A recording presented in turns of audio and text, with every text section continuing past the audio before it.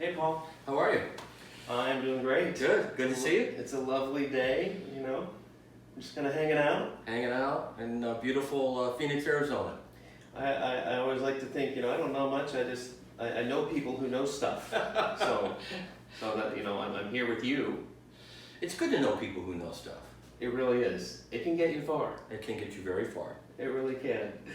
Speaking of going far, going places, marketers, let's talk about marketers, Marketers are going places sometimes in the right way and sometimes not necessarily so. There's a lot of movement going on. Yeah, one of my favorite sayings is transformation happens at the end of your comfort zone. And, while I know there's a lot of tension with marketers today because of the pressures, at the same time, there's incredible opportunity. I think there's amazing opportunity for marketers to come out of the, order taking phase and get into the business development phase. I don't think there's anybody in an organization who's more qualified, who knows more about how and why their clients choose than the teams in the marketing department. Mm-hmm. And these are passionate people. These are creative people who have a calling for this work. And I think it's now is the opportunity, as there is tension in the C-suite about marketing and pressure to, as I say, ROMI, return on marketing investment, to step into that and to show their organizations the real inherent value that they bring to driving growth within these companies. Yeah, I think that really just plays the fact that, so the role of marketer, it's never going to be what it once was.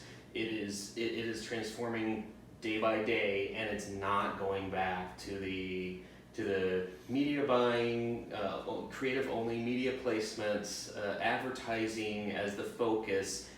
All those parts, those are still parts of the whole, but increasingly smaller and smaller parts of it.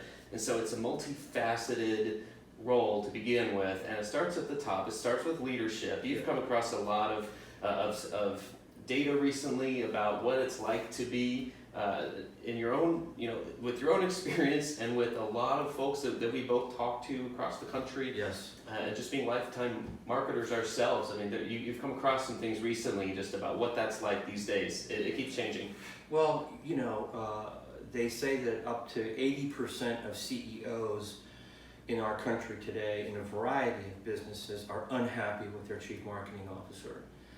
And most of the reasons are related to the marketing teams not understanding the inherent financial realities of the business. Marketing people in many cases are still pitching their budgets instead of talking about investment strategies to drive growth. I've spoke before many people, teams of people, and oftentimes, ask them, what's the expected net revenue for your top 5 service lines, and very few hands go up. We can't be in that position anymore. We've got to go in and say, would you be willing to give me $100,000 to return $500,000, and this is how I'm going to do that. And you're on the technology side very deep of saying that it may not be about advertising or communications, it's about customer acquisition and customer acquisition costs. That's a very different strategy because maybe those traditional mechanisms won't work for that audience,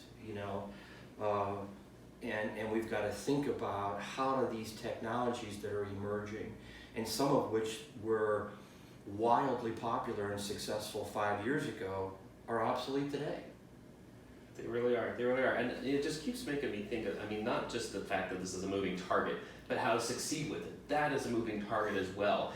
And there are terms that you and I have started using, and others have used too, but just the terms of being an obsolete marketer versus a contemporary marketer. And I think when we start talking about that from the leadership level, from the CMO level, from the VP level, that there's a lot to be said there, and no wonder it's a challenge, and no wonder it's becoming a bit of a revolving door, because there are so many different skill sets involved. And so even those terms, contemporary marketers, you and I have started kind of using that more often. I think it says a lot about kind of where things are going. That this is not going to be a destination that you reach and then finally you can relax. It's going to keep changing. No, that's a great point. I often say we are in a race that has no finish line. It really doesn't. Yeah. And again, you can look at that as the end, or you can look at that as, oh my gosh, what an opportunity. In healthcare especially, we've talked about transition, and it's a overused word, but we are looking at a business model that is dismantling and rebuilding itself. It's sort of the analogy of the Blockbuster board of directors sitting around the table saying, hey, the way we're going to compete with Netflix and Redbox is build more stores. Well, no.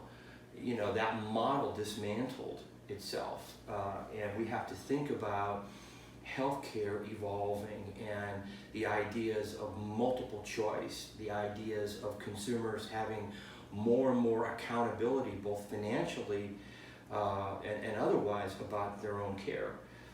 I read a story recently that said that the millennial population actually believes that their physical health is a social responsibility, that they owe that to the community. And putting billboards with doctors with white coats and stethoscopes aren't going to appeal to that population. We have to think about, as marketers and with the use of technology, how do we meet people where they are, wherever they are along that journey. That's, to me, is going to be a real important aspect of how the contemporary marketer sees him or herself.